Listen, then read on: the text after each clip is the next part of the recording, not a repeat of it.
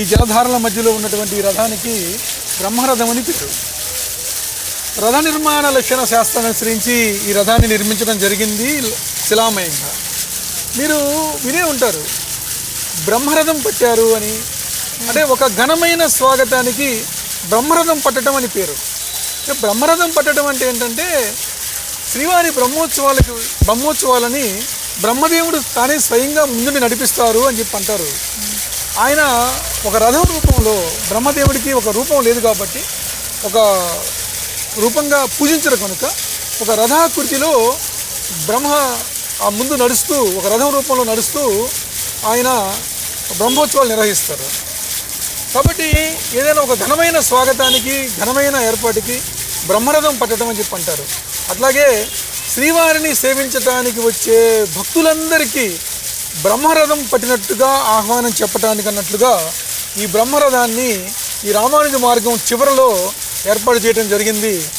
లోకంలో శ్రీవారి పాదాలని ఆశ్రయించి శ్రీవారిని దర్శించి తరించాలనుకునే భక్తులందరికీ ఈ ఘన స్వాగతం పలికినట్లుగా ఈ బ్రహ్మరథాన్ని ఇక్కడ ఏర్పాటు చేయడం జరిగింది. చాలా అద్భుతంగా ఉందండి. అండ్ లోపల మనం ఇంకా చూద్దాము. విగ్రహాలు ఎంట్రన్స్లో ఇంకా విగ్రహాలు కనిపిస్తున్నాయి. ఇక్కడ మనకి ఆ వైపు చూస్తే మధ్యలో శ్రీవారి పాదాలు మనం దర్శనం చేసుకోవచ్చు. ఒకవైపున జయద్వారపాలక, ఇంకో వైపున విజయద్వారపాలక, విష్ణు ద్వారపాలక మనం దర్శనం చేసుకోవచ్చు. ఇంకా విశేషంగా ఆ వైపు మండపంలో భగవత్ రామానుజాచార్యుల వారిని మనం దర్శనం చేసుకోవచ్చు. ఇంకా అవతల వైపు మనం చూస్తే అన్నమాచార్య స్వామి వారిని మనం దర్శనం చేసుకోవచ్చు. మీరు తిరుపతి వెళ్ళినప్పుడు తిరుపతి అలిపిరిలో శ్రీవారి పాదాలు మనం దర్శించుకొని అక్కడి నుంచి మనం మొదటి మెట్టు వెక్కి శ్రీవారి పాదాలు దాటాక మొదటి మెట్టు నుంచి శ్రీవారి కొండకి, మనం తిరుమల కొండకి నడిచి వెళ్తూ ఉంటాం కదా. ప్రతిరోజు ప్రతినిత్యం తిరుమల కొండకి వెళ్ళలేనటువంటి భక్తులు ఆ పాదాల దగ్గర మొక్కి తమ కోరికలు తీర్చుకోవడం ఈరోజుకి మనం చూస్తున్నాం. అంతటి విశేషమైనటువంటి శ్రీవారి పాదాలు అలిపిరిలో మనకి దర్శనమిస్తూ ఉన్నాయి. దానికి గుర్తుగా మన స్వర్ణగిరి క్షేత్రం యొక్క ఆరంభంలో రామానుజ మార్గం మనం చూసాం. దాన్ని తిరుపతి క్షేత్రంగా భావించి అక్కడి నుంచి రామానుజ మార్గంలో మనం అలిపిరి దాకా వచ్చాం. అలిపిరిలో శ్రీవారి పాదాలను దర్శనం చేసుకుంటున్నాం. అసలు మొత్తం రాతితోనే చేశారా?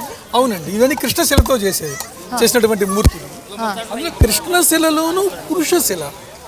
కృష్ణశిల అంటే నల్లటి రాయి అని అర్థం అండి. బ్లాక్ స్టోన్ని కృష్ణశిల అంటారు.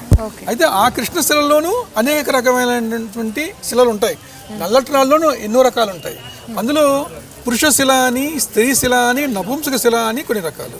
ఇట్లా మనం ఆ శబ్దాన్ని దాన్ని ఒక మోగించినప్పుడు ఒక ఓంకారనాదం వచ్చేటువంటి శిలకి పురుషశిల అని పేరు.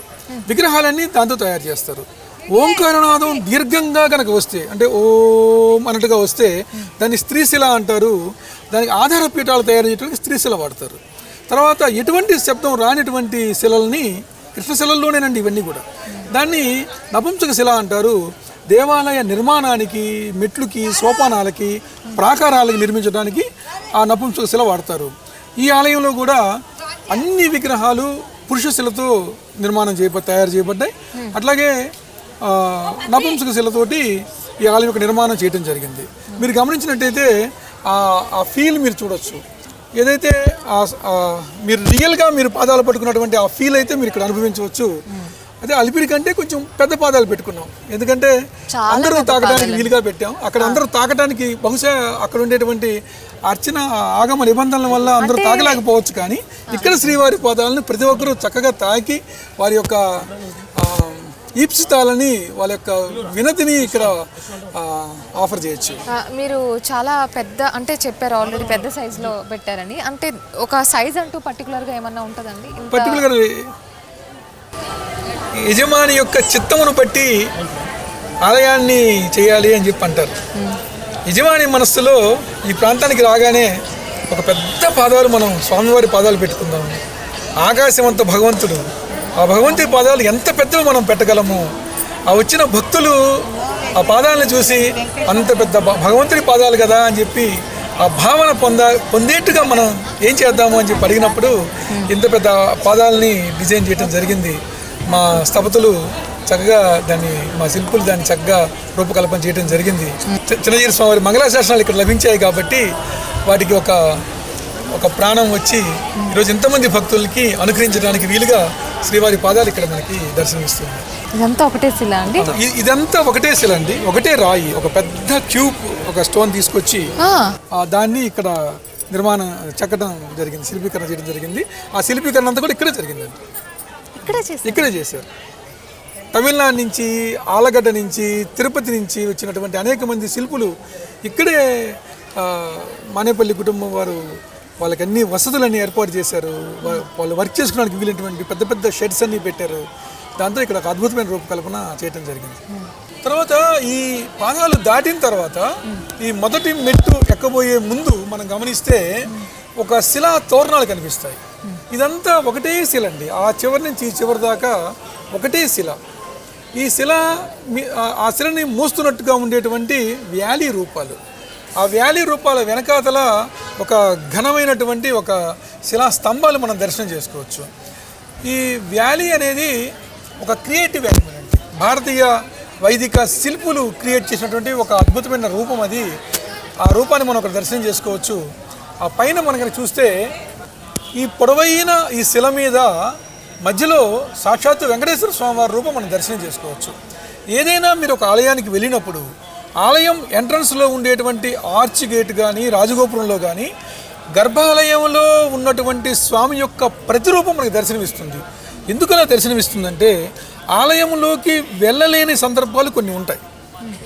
ప్రతి కుటుంబంలోనూ కొన్ని రోజుల్లో ఆలయంలోకి ప్రవేశించడానికి నిషిద్ధమైన రోజులు కొన్ని ఉంటాయి. అలాంటి రోజుల్లో భగవంతుని ప్రార్థన చేయాలంటే మరి ఎలా వీలవుతుంది? అందుకని ఈ ప్లేస్ వరకు వచ్చి ఇక్కడ శ్రీవారి పాదాల దర్శనం చేసుకొని అక్కడుండే స్వామివారి శ్రీమూర్తికి తమ యొక్క విన్నపాలని ఇక్కడ విన్నవించుకోవడానికి వీలుగా ఇక్కడ కాదండి, ప్రతి ఆలయంలోనూ మీరు కనుక చూస్తే ఆ ఎంట్రన్స్లో ఉండేటువంటి ఆర్చ్ కానీ, రాజగోపురం కానీ మధ్య ప్లేస్లో గర్భాలయంలో ఉన్న స్వామివారి రూపాన్ని ప్రతిష్ఠిస్తారు. ఇక్కడ కూడా అలాగే స్థాపన చేయడం జరిగింది. అటు ఇటు శ్రీదేవి, భూదేవి అమ్మవారిని మనం దర్శనం చేసుకోవచ్చు. ఈ వైపున బ్రహ్మదేవుడు, పరమశివుడు ఉన్నారు, ఆ వైపున పార్వతీదేవి, సరస్వతీదేవి ఉన్నారు. స్వామి అఖిల భువన జన్మస్థేమ భంగాతిలీలుడు అంటారు. అఖిల భువనాలకు స్వామి ఏదో తెలుగు రాష్ట్రాలకో, భారతదేశానికో, ఈ భూమికో, లేకుంటే ఈ విశ్వానికో కాదండి. ఇలాంటి విశ్వాలు ఎన్నో విశ్వాలు ఉన్నాయి, కోటాను కోట్ల విశ్వాలు ఉన్నాయి. వాటన్నిటినీ అఖిల భువనాలకి ఆయన అధిపతి. ఎలా అధిపతి? అది అఖిల భువనాల యొక్క జన్మ పుట్టుకని ఆయనే పర్యవేక్షిస్తాడు బ్రహ్మదేవుని స్వరూపంలో. దాని యొక్క క్షేమాన్ని ఆయనే చూస్తారు విష్ణుమూర్తి స్వరూపంలో. ఆయనే విష్ణువు కదా, మహావిష్ణువు. తర్వాత ఆ భంగం, ఆ లయం కూడా ఆయనే చూస్తారు పరమశివుడి రూపంలో. అందుకే రామానుజవారు అంటారు వెంకటేశ్వర స్వామిని అఖిల భువన జన్మస్థేమ భంగాతిలీలే అని చెప్పి కీర్తిస్తారు. దానికి గుర్తుగా ఇక్కడ మనం పరమశివుణ్ణి, బ్రహ్మదేవుణ్ణి, పార్వతీదేవుని, సరస్వతీదేవిని ఇక్కడ మనం దర్శనం చేసుకోవచ్చు. ఈ వైపు గరుడాల వారు, ఆ వైపు ఆంజనేయ స్వామి వారు, ఈ వైపు సుదర్శన చక్రం, ఆ వైపు పాంచజన్యం, శంఖం అక్కడ వేంచేసి ఉంటాయి. వీరిని నమస్కరిస్తూ మనం ముందుకు సాగుతాం. ఇక్కడ మెట్లెక్కగానే నమో వెంకటేశాయ నామస్మరణతో ఎంతో చక్కగా తీయగా ఉంది. మరి ఇక్కడ అసలు దశావతారాల గురించి చెప్పండి కొంచెం. ఈ నడిచి వెళ్ళే మార్గంలో ఎడమ వైపున స్వామివారి యొక్క దశావతారాలు ఏర్పాటు చేయడం జరిగింది. చక్కటి మంచి మకరాణ మార్గంలో శ్వేతవర్ణంలో స్వామి ఇక్కడ ఒక పింక్ కలర్ శాండ్ స్టోన్ మండపాల్లో ఆయన వేయించేసి ఉన్నాడు. మీరు చూస్తే మత్స్య, కూర్మ, వరాహ, నారసింహ, వామన, పరశురామ, బలరామ, కోదండరామ, కృష్ణ, కల్కి అవతారాలన్నింటినీ మనం దర్శనం చేసుకోవచ్చు. ఒక్కొక్క మెట్టు మనం పైకి ఎక్కే కొద్దీ మన స్వామికి దగ్గరవుతున్నటువంటి ఒక అద్భుతమైన భావనతో మన మనసు నిండా నింపుకుంటూ వారి అవతారాల్ని ఒక్కొక్కటి సేవించుకుంటూ ఇట్లా మనం ముందుకు సాగుతూ వెళ్ళచ్చు. ఈ పైన మనం భక్తులు భగవంతుని కీర్తించడానికి వీలుగా శ్రీవారి గోవిందనామాలు రాయించడం జరిగింది. మత్స్యావతార గోవింద, నరసింహావతార గోవింద, బలరామానుజ గోవింద అని చెప్పి భక్తులు గోవిందనామస్మరణ చేసుకోవడానికి ఇక్కడ వీలుగా ఇక్కడ గోవిందనామాలని వరుసగా లిఖించడం జరిగింది. సుమారు మెట్లు మనం ఎక్కాము ఇప్పటికి. ఎక్కి భగవంతుడి సన్నిధికి దగ్గరగా వచ్చాం. కొంత ముందుకు వెళ్తే మనం భగవంతుడి సన్నిధికి చేరబోతున్నాం. అయితే ఈ లోపల ఇక్కడ మనం ఒక అద్భుతమైన గరుడ రూపాన్ని మనం వివరించుకొని ఆ తర్వాత మనం ముందుకు వెళ్తాం.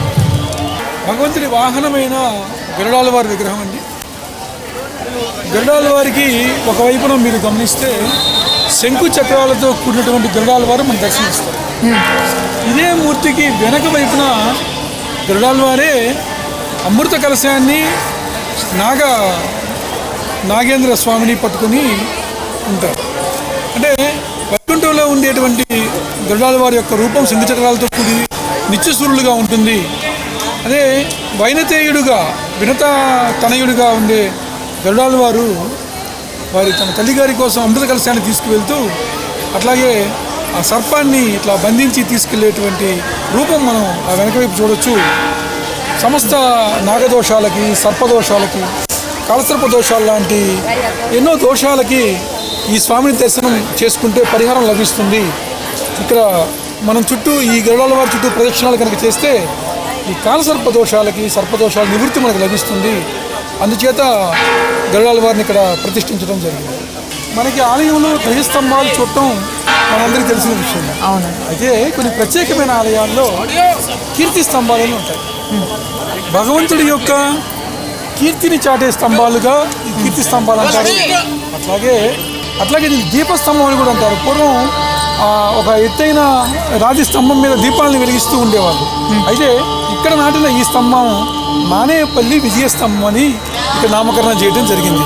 ఇన్ని లక్షలాది మంది సేవించుకునేందుకు వీలుగా సాక్షాత్తు భగవంతునికి ఒక ఆలయాన్ని రూపకల్పన, ఆలయాన్ని నిర్మాణం చేసేటువంటి అవకాశమే భగవంతుడు వాళ్ళకిచ్చినటువంటి ఒక విజయం. అందుకే దీనికి మానేపల్లి విజయస్తంభం అని చెప్పి నామకరణంతో ఈ స్తంభాన్ని స్థాపించడం జరిగింది. దర్శించుకునే ముందు విశ్వక్సేన ఆలయాన్ని దర్శించుకోవాలంటారా? అంటే ఇక్కడ స్టార్టింగ్ ఎంట్రన్స్లో ఉంది. అవునండి, ఎంట్రన్స్లో మొట్టమొదటిగా ఇక్కడ విశ్వక్సేన గణపతిని మనం దర్శనం చేసుకోవాలి. దేవసేనాధిపతికి విశ్వక్సేనుడు అని పేరు. వృద్ధవక్త్రాద్యాహ పారిషద్యాహ పరస్వతం విఘ్నం నిఘ్నంతి సతం విశ్వక్సేన తమాశ్రయే అని మనం ప్రార్థన చేస్తూ విశ్వక్సేన గణపతి, విష్ణు గణపతిని ఇక్కడ మనం దర్శనం చేసుకుని మనం అలా ఆలయంలోకి ముందుకు సాగుతాం. ఓకే అండి, మనం దర్శించుకుందాం. మరి ఆలయంలోకి వెళ్దాము. మన హిందూ పురాణాల్లో రథం యొక్క ప్రత్యేకత ఏంటి అసలు తెలియజేయండి. ఫస్ట్ ఆఫ్ ఆల్ అసలు ఈ రథం చాలా బాగా చెక్కారు. అసలు ఆ వుడ్ కావచ్చు అండ్ ఎక్కడి నుంచి తెప్పించారంటే యాక్చువల్గా మన భగవంతుడి యొక్క అన్ని వాహనాల్లోనూ ఒక్కొక్క వాహనానికి ఒక్కొక్క ప్రత్యేకత ఉంటుంది. అందులో రథానికి చాలా ప్రత్యేకమైనటువంటి విశేషం ఉంది. డోలాయాం పరి గోవిందం మంచస్థం మధుసూదన రథస్థ కేశవం దృష్ట్వా పునర్జన్మన విద్యతే అని. రథంలో ఉన్నటువంటి కేశవుణ్ణి భగవంతుని చూస్తే పునర్జన్మన విద్యతే అంటారు. అంటే మళ్ళీ జన్మ అంటూ ఉండదు అని చెప్పి మనకి శాస్త్రవచనం. అందుకని ఇక్కడ ఒక అద్భుతమైన రథాన్ని వెంకటాచలపతి కోసం, స్వర్ణగిరీశుడి కోసం తయారు చేయించడం జరిగింది. ఈ రథం మనకి మహాబలిపురంలో రమేష్ స్థపతి అని ఇటీవల మీరు చూసుంటారు. అయోధ్య రామ మందిరానికి ఆ తలుపులన్నీ 42 తలుపులు చేసినటువంటి స్థపతి గారు. అట్లాగే స్టాచ్యూ ఆఫ్ ఈక్వాలిటీలో రథం చేసినటువంటి స్థపతి గారు, ఆయన చేత తయారు చేయించడం జరిగింది. మేమంతా డిజైన్ చేసి ఆయనకి ఇచ్చిన తర్వాత ఆయన ఈ రథాన్ని చేయడం జరిగింది. ఈ రథం డిజైన్ నేను ఎలా చేశానంటే అంతా చోళ శైలిలో తయారు చేశామండి. మీరు అక్కడ పిల్లర్లు కనుక చూస్తే చోళుల శైలిలో ఉండేటువంటి ఆ ముఖభద్రాలతో కూడినటువంటి కుంభమండాది స్తంభాలు అంటారు. ఆ పైన విమానం కూడా చోళ స్టైల్లో చేసాం. ఆ ముందు ఉన్న గుర్రాలు కూడా ఆ చోళుల స్టైల్లో ఉన్నటువంటి రూపంతో తయారు చేయడం జరిగింది. ఈ ప్రాకారం మీద స్వామివారి ఆయుధాలైనటువంటి, స్వామివారి గుర్తులైనటువంటి శంకుచక్రాలు, తిరునామాన్ని దర్శనం చేసుకోవచ్చు. ఆ పైన గోవిందనామాలు దర్శనం చేసుకోవచ్చు. గోవిందనామాలకు ఇరువైపులా గరుడ, హనుమ ప్రతిమల్ని మనం దర్శనం చేసుకోవచ్చు. ఈ ప్రాకారానికి ఇంకో ప్రత్యేకత ఉందండి. ఆగమ శాస్త్రాల్లో ప్రాకారం యొక్క ఎత్తు నిర్ణయం ఉంటుంది. సాధారణంగా మీరు పురాతన ఆలయాల్లో చూస్తే ఎత్తైన ప్రాకారాలు ఉంటాయి. ఎందుకంటే ఆలయంలోకి ప్రవేశించినటువంటి భక్తుడికి ఇక బాహ్య ప్రపంచంతో సంబంధం కట్ చేసినట్లుగా కేవలం భగవంతుడి మీదే వారి యొక్క దృష్టి లగ్నమయ్యేటట్టుగా పురాతన ఆలయాల్లో ప్రాకారాలు నిర్మించబడతాయి. అదే పద్ధతిలో ఇక్కడ కూడా ప్రాకారం నిర్మించడం జరిగింది. ఈ ప్రాకారానికి ఇంకో విశేషం ఏంటంటే ఇందులో అష్టదిక్పాలకుల విగ్రహాలు ప్రతిష్ఠింపబడ్డాయి. అష్టదిక్పాలకుల విగ్రహాలని మనం అన్ని మూలల్లోనూ మనం దర్శనం చేసుకోవచ్చు. ఇది ఆగమశాస్త్ర శిల్పశాస్త్ర నియమాలకు అనుసరిస్తూ చేసినటువంటి ఒక అద్భుతమైన శిలా నిర్మితమైనటువంటి ప్రాకారం. ఒక త్యాగ నిరతికి, ఆత్మాభిమానానికి, ఆత్మగౌరవానికి ప్రతీక అయినటువంటి వాసవి కన్యకా పరమేశ్వరి అమ్మవారు భగవంతుడి సేవకి నిరంతర స్ఫూర్తి కలిగిస్తూ తాను యజమానుల యొక్క కులదైవత కాబట్టి నైరుతి భాగంలో వేంచేసి ఉన్నారు. యజమానులకి భక్తులకి భగవత్ సేవకై నిరంతరమైనటువంటి స్ఫూర్తిని కలిగిస్తూ ఆ అమ్మవారు ఇక్కడ కొలువై ఉన్నారు. వాటిని మనం ఇక్కడ దర్శనం చేసుకోవచ్చు. అండ్ అలాగే పక్కన చూసుకున్నట్లయితే గోమాతని ఉంది ఇక్కడ. మనకి పురాణాల్లో మంగళప్రదమైన కొన్ని జంతువుల్ని, మంగళప్రదమైన పక్షుల్ని మనకు వివరించారు. అటువంటి శుభకరమైనటువంటి జంతువుల్లో ఏనుగు ఒకటి, అట్లాగే గోమాత ఒకటి.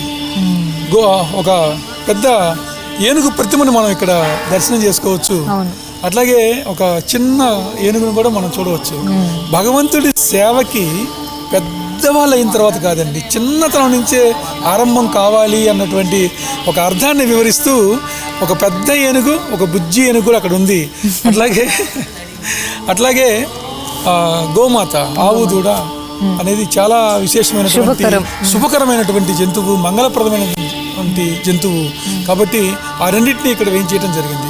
ఇక్కడి నుంచి మీరు ఒక్కసారి ఇట్లా గమనించినట్లయితే ఈ ప్రాకారం గురించి మనం ఇందాక చెప్పుకున్నాం కదా, అట్లాగే ఈ ప్రాకారానికి 4 వైపులా 4 ద్వారాలు ఉన్నాయి. శ్రీవైకుంఠానికి అలా ఉంటుందని మనకి శాస్త్రం చెప్తూ ఉందండి. శ్రీవైకుంఠ వర్ణనలో భగవద్ రామానుజుల వారు వైకుంఠ గద్యంలో వర్ణిస్తారు. 4 వైపులా 4 ప్రవేశాలు ఉంటాయి వైకుంఠానికి అన్నట్లుగా. అలాగే ఇది కూడా ఒక భూలోక వైకుంఠంగా భాసిల్లాలి అని కోరికతోటి ఈ ఆలయం నిర్మాణం చేయడం జరిగింది. కాబట్టి 4 వైపులా 4 ద్వారాలని, ఆ ద్వార గోపురాలని నిర్మాణం చేయడం జరిగింది. అక్కడి నుంచి అలా మనం ఒకసారి చూస్తే భగవంతుడి యొక్క ఆనంద నిలయ విమానాన్ని మనం దర్శనం చేసుకోవచ్చు. ఈ ఆనంద నిలయం ఇక్కడ స్వర్ణగిరి క్షేత్రంలో 5 అంతస్తులతో కూడి ఉంటుందండి. విజయనగర నిర్మాణ శైలితో ఈ ఆనంద నిలయ విమానం నిర్మాణం చేయడం జరిగింది. ఆ పైన చూస్తే మనకి సుదర్శన చక్ర కలశం ఉంటుంది. శ్రీపాంచిరాత్ర ఆగమ శాస్త్రంలో ఈ సుదర్శన చక్ర కలశానికి ఒక ప్రత్యేకత ఉందండి. సాధారణంగా మీరు ఎక్కడ ఆలయాలు చూసినా కలశం అనేది ఒక కుండలాగా ఉంటుంది ఎక్కడైనా, కానీ భద్రాద్రిలో సుదర్శన చక్ర కలశం ఉంటుంది. తెలంగాణలో ప్రత్యేకంగా భద్రాచలంలో సుదర్శన చక్ర కలశం ఉంటుంది. ఎందుకనంటే అంతకుముందు ఉన్నటువంటి రామదాసు గారు జైల్లో ఉన్నంత కాలం ఏ కలశం పెట్టినా కూడా అక్కడ సరిగా నిలబడలేదని, రామదాస్ గారు జైలు నుంచి రిలీజ్ అయ్యాక ఆ రోజుల్లో బందికాన నుంచి విడుదలైన తర్వాత వారు గోదావరిలో స్నానం చేస్తూ ఉంటే వారి చేతుల్లోకి ఒక పెద్ద సుదర్శన కలశం వచ్చిందని, ఏంటి ఇది అని చెప్పి ఆ ప్రత్యేకమైనటువంటి, అంటే ఒక సుదర్శన చక్రంలో 8 సుదర్శన చక్రాలతో ఉన్నటువంటి చాలా మహిమాన్వితమైనటువంటి ఆ సుదర్శన చక్ర రూపం అది. మన యాదాద్రిలో కూడా ఆ రోజుల్లోనే, ఇప్పుడు పునరుద్ధరణ కాకముందు ఉన్న ఆలయం సమయంలోనే అలాంటి చక్ర కలశాన్ని అక్కడ ప్రతిష్టాపన చేశారు. కాబట్టి మన స్వర్ణగిరిలో కూడా మనం అలాంటి సుదర్శన చక్ర రూపాన్ని మనం స్వీకరించి ఇక్కడ సుదర్శన చక్ర కలశాన్ని వైభవపేతంగా పైన తయారు చేయించి అక్కడ ప్రతిష్ఠించడం జరిగింది. ఆ సుదర్శన బంగారు పూతతో ఉన్నటువంటి సుమారు 6.5 అడుగు ఎత్తైన సుదర్శన కలశాన్ని మనం ఇక్కడి నుంచి దర్శనం చేసుకోవచ్చు. శ్రీవారి నిత్య కళ్యాణాలకి అనువుగా ఉండేట్టుగా ఒక పెద్ద హాల్తో కూడినటువంటి ఒక ప్యాలెస్ అనుకోవచ్చు దానికి శ్రీవారి వైభవోత్సవ మండపం అని పేరు. ఆ గ్రౌండ్ ఫ్లోర్లో నిత్యాన్నదానానికి ఏర్పాట్లు జరుగుతున్నాయి. నిత్యాన్నదానం చేయడానికి వీలుగా సావిత్రమ్మ నిత్యాన్నదాన మండపం అనే పేరుతో ఒక బిగ్ హాల్ మనం చూడవచ్చు. మధ్య ఉన్న ఫస్ట్ ఫ్లోర్లో స్వామి యొక్క నిత్య కళ్యాణానికి వీలుగా ఒక డైస్, ఒక అద్భుతమైన ఆర్నమెంటేషన్తో కూడినటువంటి ఒక మండపం మనం అందులో చూడవచ్చు. ఆ పైన ఆ కళ్యాణం చేసినటువంటి ఉభయదారులు ఎవరైతే ఉన్నారో వాళ్ళు ఉండటానికి వీలుగా కొన్ని రూములు కూడా నిర్మాణం చేయడం జరిగింది. ఆ పైన మీరు గమనించినట్లయితే సుమారు 30 అడుగుల ఎత్తైన శంకుచక్ర నామాల్ని మనం దర్శనం చేసుకోవచ్చు. స్వర్ణగిరి వైభవాన్ని ఎంతో దూరం వరకు ప్రకాశింపజేయడానికి వీలుగా ఆ శంకుచక్ర నామాలను అక్కడ 30 అడుగుల ఎత్తుతో నిర్మాణం చేయడం జరిగింది. ఆ వెనక వైపు చూస్తే ఒక హనుమధ్వజం మనం దర్శనం చేసుకోవచ్చు. విజయానికి ప్రతీక హనుమధ్వజం అని చెప్పి మనం చెప్పుకుంటాం.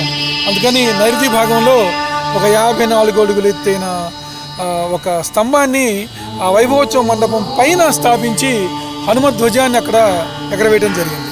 అక్కడ మనం ఒక విగ్రహం చూస్తున్నాం కదా, గోల్డ్ కలర్గా, మొత్తం గోల్డ్ కలర్ అంటారా, గోల్డ్ అంటారా? ఆనందనిలయ విమానం సాక్షాత్తు భగవంతుడు వెంకటాచలపతి వేయించేసి ఉన్నటువంటి ఆ విమాన గోపురంలో 2వ అంతస్తులో మనం విమాన వెంకటేశ్వర స్వామి దర్శనం చేసుకోవచ్చు. గర్భాలయం పైన ఉండేటువంటి ఆ గోపురానికి విమానం అని పేరు. ఆ విమానంలో ఉన్నటువంటి స్వామివారి మూర్తి, గర్భాలయంలో స్వామివారు ఎలా ఉంటారో అలాంటి మూర్తి ప్రతిష్టాపన చేయడం జరిగింది. తిరుమల ఆనందనిలయంలో కూడా ఇలాగే ఉంటుంది. ఎందుకు ఇలా చేస్తారంటే, మనం ఎన్నో కోరికలతోటి ఎన్నో బాధలతోటి భగవంతుడికి చెప్పుకుందామని మనం గర్భాలయంలోకి వెళ్తే భగవంతుడి యొక్క తిరుముఖ మండలం యొక్క సౌందర్యం చూసి మనం చెప్పాలనుకున్న కోరికలు మర్చిపోతాం. ఆయన యొక్క లీలలో మనం మునిగిపోయి మనం చెప్పాలనుకున్నది మర్చిపోతాం. అందుకని మనం తేరుకునేసరికి మనం గుళ్ళోంచి బయటకు వచ్చేస్తాం. తేరుకోవడం ఎప్పటికీ జరగదు. అటువంటి అందమైన సుందరమైన మూర్తి స్వామివారు. అందుకని తిరిగి వచ్చిన తర్వాత విమానంలో వేయించేస్తున్నటువంటి ఆ వెంకటేశ్వర స్వామికి దర్శనం చేసుకొని మన యొక్క కోరికలు అక్కడ విన్నపం చేసుకుంటూ ఉంటాం. అట్లాగే తిరుమలలో ఎలా అయితే ఉందో ఇక్కడ కూడా అలా ఆ బంగారపు పూతతోటి చేసినటువంటి, అట్లాగే లోపల శిలామయంగా వెంకటేశ్వర స్వామి వారి ప్రతిష్ఠ అయింది.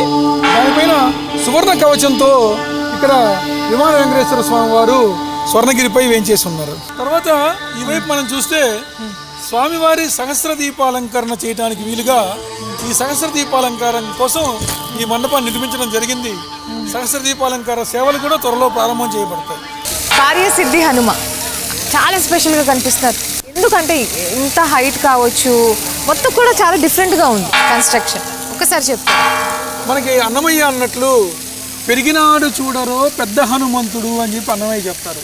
ఎన్నో సందర్భాల్లో ఆంజనేయ స్వామి తన విశ్వరూపాన్ని చూపించినటువంటి గాథల్ని మన శ్రీరామాయణంలో మనం దర్శనం చేసుకుంటాం, మనం సేవించుకుంటాం. అలాగే ఇక్కడ స్వామి మీరు గమనించినట్లయితే స్వామి అంజలి ముద్రలో ఉన్నాడు. ఆయన గద ఏం పట్టుకోలేదండి, భగవంతుని సన్నిధిలో ఉన్నాడు కనుక అంజలి ముద్రలో స్వామిని ప్రార్థన చేస్తూ నమస్కరిస్తూ ఇక్కడ ఉన్నారు. అట్లాగే ఆయన బాల రూపంలో ఉన్నాడు, కొంచెం యంగ్గా ఉంటాడు. మిగతా రూపాల్లో ఉన్నట్టుగా ఇట్లా అంగ సౌష్ఠవాన్ని ఆయన ప్రదర్శించట్లేదు. ఇక్కడ స్వామి దగ్గర వినయంగా ఒక బాలాంజనేయ స్వామి రూపంలో అంజలి ముద్రతో నమస్కరిస్తూ భగవంతుని మనందరి తరపున ప్రార్థిస్తూ, అంత పెద్ద హనుమానైనా కూడా, అంత శక్తివంతుడైనటువంటి హనుమానైనా కూడా భగవంతుని ఎలా సేవించాలి అని చెప్పి మనకి ఉపదేశిస్తూ నిలబడినటువంటి రూపాన్ని ఇక్కడ మనం దర్శనం చేసుకోవచ్చు. 27 అడుగుల ఎత్తైన ఏకశిల రూపం అది. కృష్ణశిలలోని పురుషశిలతో తయారు చేసినటువంటి అత్యంత సుందరమైన రూపం మనం దర్శనం చేసుకోవచ్చు. అయితే వారు ఇంకొక 27 అడుగులు ఎత్తైన ఒక పీఠం మీద ఉన్నారు. ఆ పీఠం ఎలా ఉంది అంటే విజయనగర శైలిలో హంపీలోని విజయ విఠల టెంపుల్ ఉంటుంది. హంపీలో విజయ విఠల ఆలయం ఉంటుంది. ఆ ఆలయం ఎదురుగా ఉండేటువంటి ఒక రథం ఉంటుంది. అది కూడా వాహన మండపం. అది ఆ రథం మీద నించుని ఉన్నట్టుగా స్వామి ఉంటాడు. ఆ రథానికి జయద్రథం అని పేరు. జయాల్ని కలిగించేటువంటి రథం అది. ఆ జయద్రథమని నామకరణం కావించిన రథం మీద కార్యసిద్ధి హనుమాన్గా అంజలి ముద్రలో ఉన్నటువంటి స్వామి మనకి దర్శనమిస్తూ ఉన్నారు. ఈ మొత్తం సుమారు 82 అడుగుల ఎత్తైన మండపం ఉంది. ఆ పైన 9 అడుగులు ఎత్తైన కలశం ఉంది. ఆ వెనకాతలు మీరు చూసినట్లయితే ఒక కీర్తి స్తంభం మనకు కనిపిస్తోంది. అదేమిటంటే ఒక లిఫ్ట్ ప్రయోజనం. మనం నేరుగా లిఫ్ట్లో పైకి వెళ్ళి స్వామికి అభిషేకాలు చేయటానికి అర్చక స్వాములకి యజమానులకి వీలుగా ఆ వెనక లిఫ్ట్ ఏర్పాటు చేయడం జరిగింది. ఆ స్తంభం మీద వెనక పక్క చూస్తే ఒక 15 అడుగుల ఎత్తైన ఒక బృహత్ గరుడాల వారి రూపాన్ని మనం ఆ పైన దర్శనం చేసుకోవచ్చు. బాలీలో ఉన్నటువంటి ఒక గరుడ రూపం, అది మానవాకృతి కాకుండా గరుడ పక్షిలాగా ఉండేటువంటి ఒక విభిన్నమైనటువంటి శైలిలో ఉన్నటువంటి ఆ రూపాన్ని తీసుకొని ఆ పైన అత్యంత ఎత్తులో సుమారు 108 అడుగుల ఎత్తులో 15 అడుగులు ఎత్తైనటువంటి గరుడాల వారిని ప్రతిష్ఠించడం జరిగింది. సంప్రదాయంలో గరుడాల వారిని పెరియ తిరువడి అని, ఆంజనేయ స్వామి వారిని శ్రీ తిరువడి అని చెప్పి మనకి సంప్రదాయంలో పిలుస్తూ ఉంటారు. కాబట్టి పెరియ తిరువడి, సిరియ తిరువడి ఉన్నటువంటి స్థానం ఇది. ఈ స్థానంలో మనం ఇంకా గమనిస్తే ఆంజనేయ స్వామి యొక్క గాథలు ఈ చుట్టూ శిల్పీకరించడం జరిగింది. అది దర్శనం చేసుకొని మనం కొంచెం ముందుకు సాగుదాం.